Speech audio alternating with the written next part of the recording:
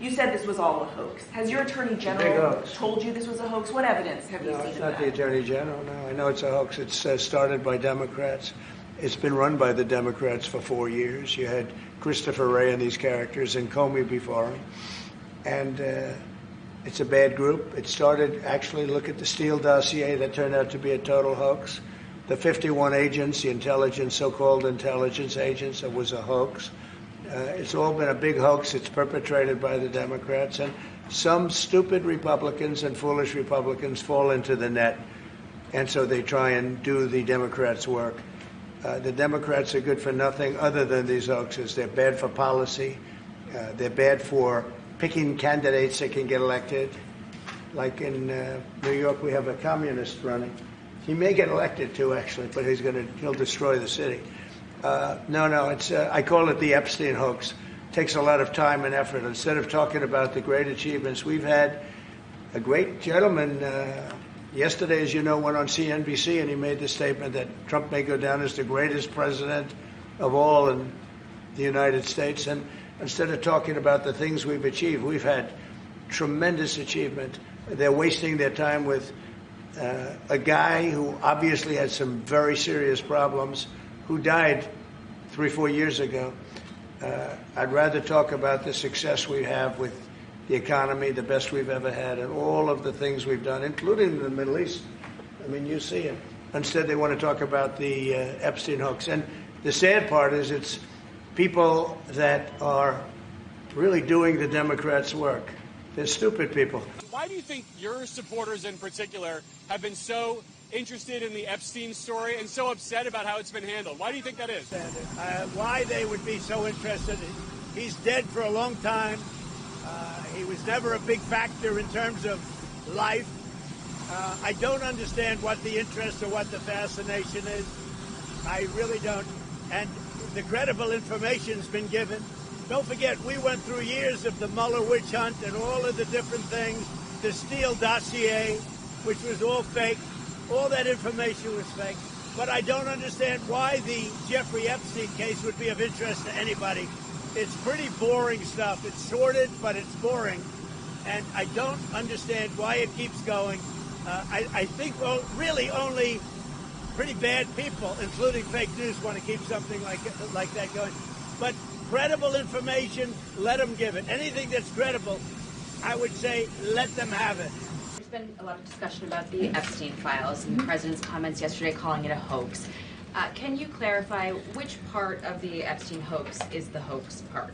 The president is referring to the fact that Democrats have now seized on this as if they ever wanted transparency when it comes to Jeffrey Epstein, which is an asinine suggestion for any Democrat to make. The Democrats had control of this building, the White House, for 4 years, and they didn't do a dang thing when it came to transparency in regards to Jeffrey Epstein and his heinous crimes. It was this president who directed the Department of Justice and the Attorney General to do an exhaustive review of all files related to Jeffrey Epstein, which they did.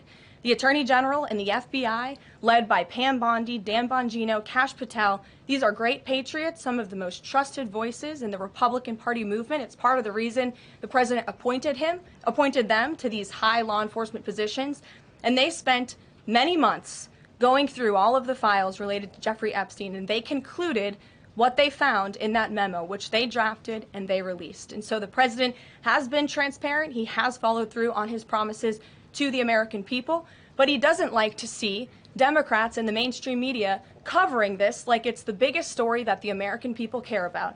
The president has been working so hard this week. On Tuesday, he went to Pennsylvania, where he secured $90 billion in investments for the Commonwealth, for the people of that state. After that, he came back to the Oval Office at 8 p.m. He went in there to whip votes to get the Genius Act signed into law. And because of his efforts, that bill is now going to be signed and passed. The following day, yesterday, he meets with a foreign leader, the King of Bahrain, to secure more investments into this country. And then yesterday afternoon, the president is in the East Room of the White House mourning with parents who have lost their children because of fentanyl, signing a bipartisan piece of legislation. And not a single cable network in this country took that event live and covered that event like they should. Those are the issues the president cares about. What could be more important to the American people than helping families who have lost their children. Those are the issues this president is going to remain focused on. I understand he wants to move on from this story, but you do have some prominent figures, including the Senate Majority Leader, the House Speaker, voicing support for the files to come out. Representative Massey collecting signatures that would force a discharge petition for a vote on the floor for this.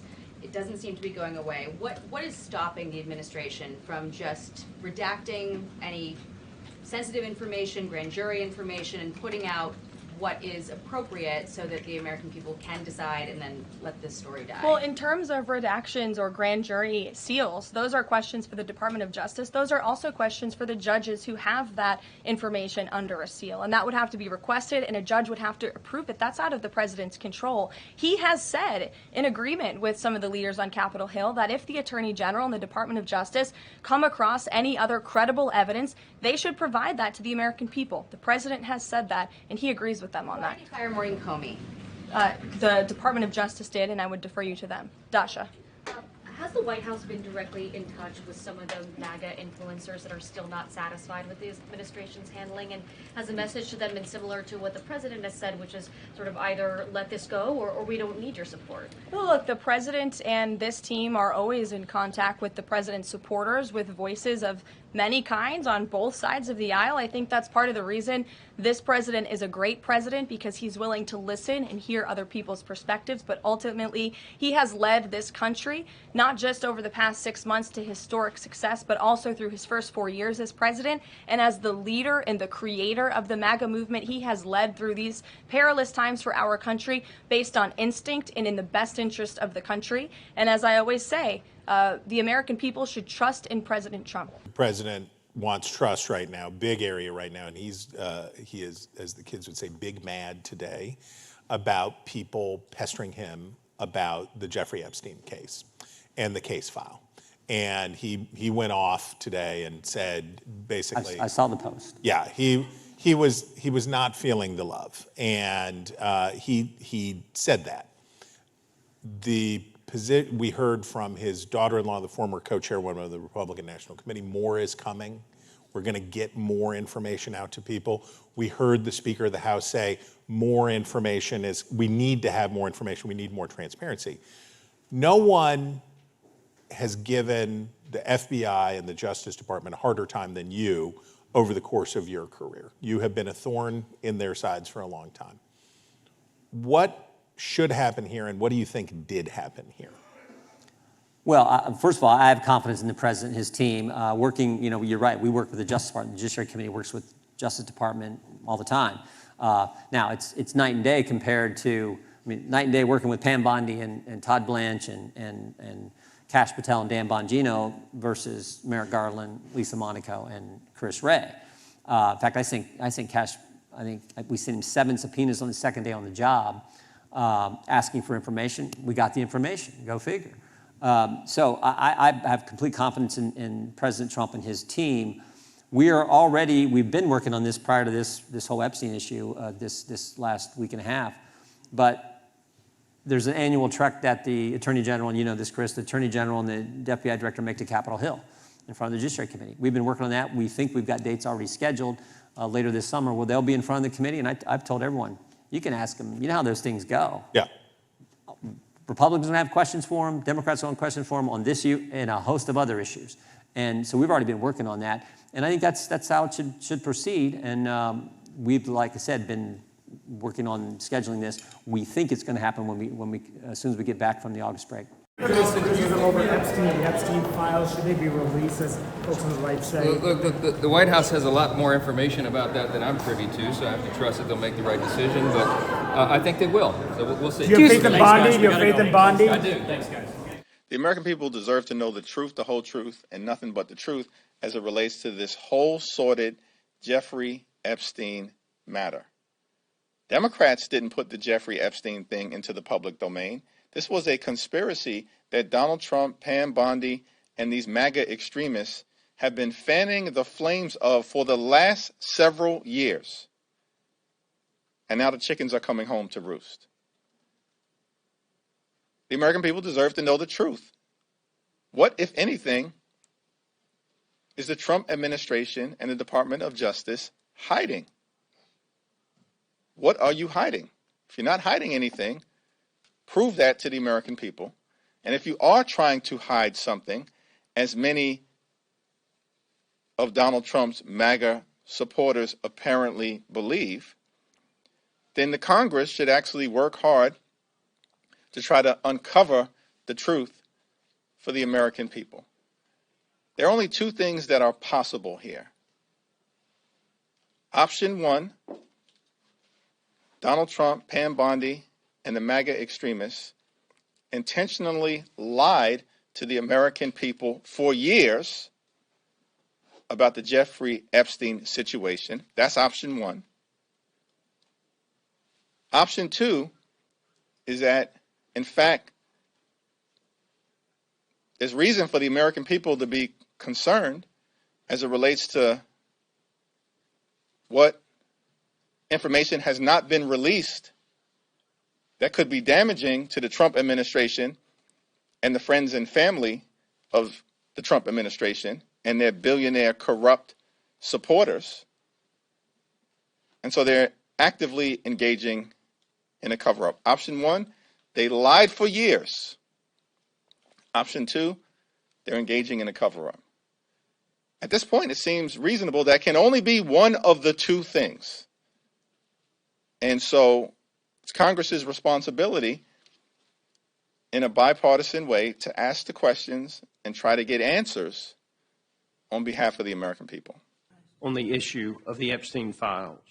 But when you look at the definition of all the files would include a list of the victims of the Epstein crimes. Yeah. And so I look forward to the debate. Now you had your time. You put legislation in. You can't censor me, Mr. You put legislation in at 3:56 when the Rules Committee meets at 4, and we were already in this room when you signed it and put it in. It was a political stunt. That's all it was, and we're going to give you a solution to it. And if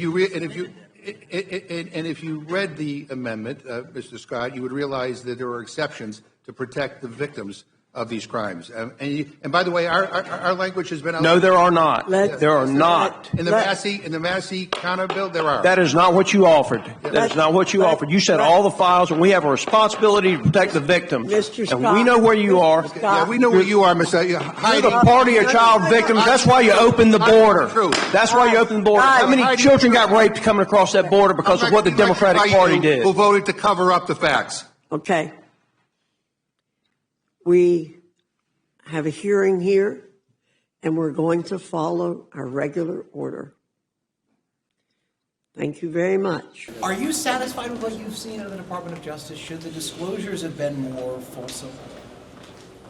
To be honest, I haven't paid super close attention to it ever since they announced that there was no list, which, by the way, didn't shock me. I do think that part of the problem with this issue, like so many issues, is that the longer it lingers, the greater the imagination gets, and sometimes it outpaces the reality, and that can become a big disappointment for a lot of people. But hasn't the Department of Justice stoked that a little bit too? Oh, for sure. I mean, I think politics has stoked it. I think that the expectations.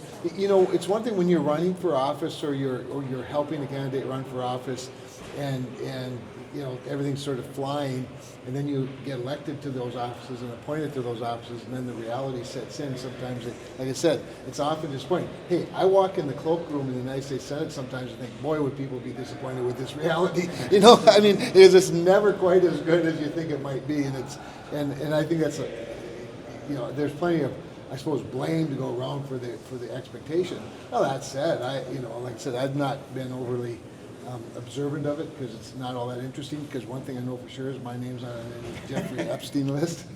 But so I've taken a bit of a laissez-faire attitude about it all.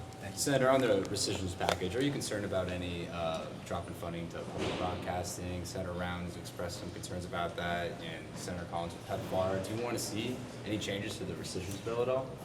I'm fine with it as it is. I don't need every detail of what, you know. The fungibility of money is adequate for me. As far as public broadcasting goes, I think public broadcasting is a little bit like wind energy. It was tried. It was important at some point in time, and it's no longer important that the taxpayers fund a broadcast medium when there's many broadcast mediums as well as competing technologies to do the same things that the public once thought taxpayers should fund. So you don't want to see any changes as it I'm currently fine with stands? it. I'm voting for it Okay. as it is. If there are changes that, I know some people want more refined recognition, if you will, or the itemization of specifically what the funds are for. I just think we have both the power and I think that the validation to rescind $9 billion. Yeah. I mean, I just think it's a low priority in the context of today's spending. Shifting back to the Epstein investigation quickly, does any of what you just described about expectation setting give you pause about Attorney General Pam Bondi, or you still have full confidence in her? No, I'm impressed with the fact that she was able to come out and clearly articulate what she did. I think for too often in our business, we play to the audience, if you will, depending on any given time. I'm rather impressed with the fact that she was able to reverse, I shouldn't say even really reverse, but take the role seriously and play the part seriously because it is a serious job, and confront the public with the truth and move on. Actually, it gave me more confidence in it. On the Trump administration's investigation into the Epstein files, how do you feel about where that landed? And do you have confidence in Attorney General Pam Bondi?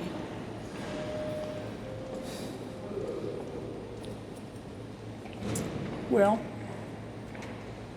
that's a killer question. But it'll probably be ruled a suicide, so let me answer it in a different way. Mr. Epstein was a sex trafficker. He was a sex trafficker of young women, some of whom were minors. I think it's reasonable for the American people to ask who he sex trafficked these young women to, if anybody besides himself. And if there were others involved, why they haven't been prosecuted. That's a perfectly understandable question. And I think the Justice Department is going to have to answer it.